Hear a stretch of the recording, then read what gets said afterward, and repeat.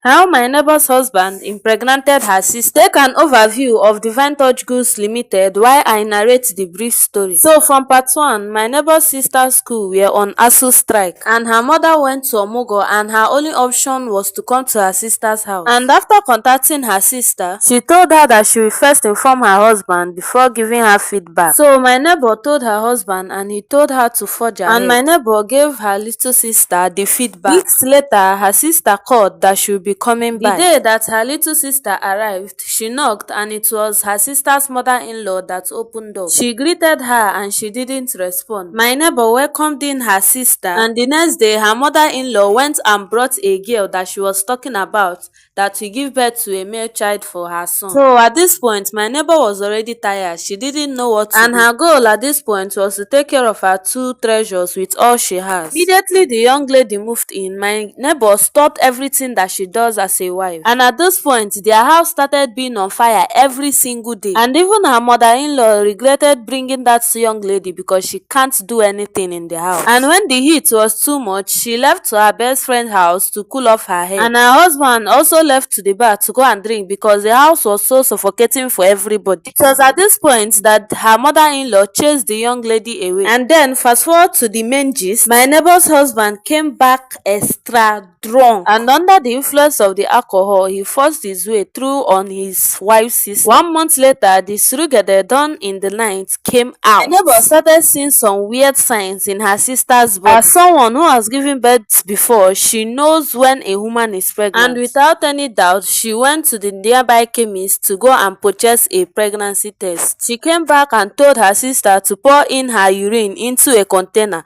so that she can run the test. When she conducted the test, the pregnancy test showed two bold red lines. Only women will understand this part. Immediately that happened, my neighbor was very shocked and she started shouting at her sister to know who the father of the child was. When she was shouting at her sister, her mother-in-law told her to stop shouting at the true daughter-in-law.